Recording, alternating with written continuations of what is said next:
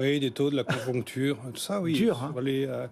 Sur les taux, ça coince toujours. Enfin, on a l'impression de répéter toujours la même chose, mais On n'est pas sorti des ronces, vous nous avez... C'est ça l'expression Non, il a un petit peu tronqué. C'est ça, on n'est pas sorti des ronces, c'est-à-dire que vous avez des taux qui montent très vite, hein, on sait, les OAT, l'inflation, etc.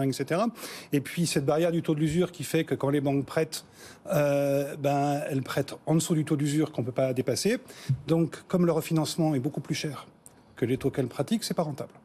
Donc, ce qui fait qu'elle trie les dossiers. Et que le taux d'usure, c'est une sorte, d'outil pour orienter la politique de prêt des banques vers la sécurité. Parce qu'on sait qu'en 2023, ça va être compliqué. Donc, si vous faites une décote sur un crédit immobilier, ça veut dire que derrière, il sera rentable. Mais vous allez prêter à quelqu'un qui a beaucoup d'argent, qui a de l'apport et qui vous offre le maximum de sécurité sur le remboursement. Ce qui veut dire que, Marie le dit souvent, on ne prête qu'aux riches, ça veut dire que ceux qui ont des petits revenus, ceux qui n'ont pas beaucoup d'apports, ils ont des taux d'intérêt qui sont élevés, qui souvent, dans les barèmes bancaires, sont équivalents au taux de l'usure, c'est-à-dire que si on rajoute l'assurance, c'est fini, c'est mort. Et le message des banques, c'est pour des simples raisons de règles de prudence et de sécurité, on ne peut pas prêter à cette clientèle-là. Voilà. Donc c'est ça. Voilà, et le résultat, ça se fait sentir. Hein. Les chiffres de Crédit Logement nous disent que sur un an, on a une baisse du nombre de prêts accordés de 34%.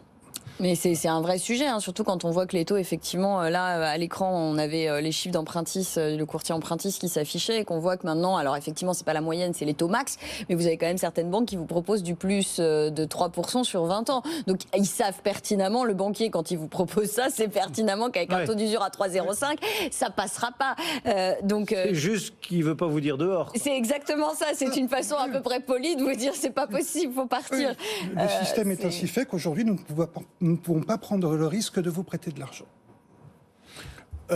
Oui, moi je vais compléter avec vous financer qui me disait qu'il y a aussi Sandrine Alonier me disait il y a environ 2,5% toute durée confondue, hein, pour faire une moyenne comme ça, une cote mal taillée. Mais elle me disait qu'il y a aussi une autocensure de la part des candidats qui pensent que leur dossier ne va pas passer, et au niveau des investisseurs notamment, une attente. Hein, ils se positionnent à la baisse, les prix vont baisser, les prix de l'immobilier vont baisser, ce qui n'est pas forcément un bon calcul, hein, parce que justement, si les taux continuent à grimper, il faut faire une équation un peu fine, mais il y a aussi ce paramètre qui rentre en compte, et elle me disait... ce sont comme tes chiffres, hein, à peu près 30% de demandes de prêt en moins au final, quoi. Et on va arriver sans doute à un dossier sur deux qui sera refusé à cause du taux d'usure, comme ce qu'on a connu sur le trimestre précédent. Et pour cause, puisqu'on a un taux d'usure qui est fixé pour 3 mois, alors qu'on voit bien qu'au bout d'un mois, avec cette remontée des taux, ils sont complètement décalés, quoi.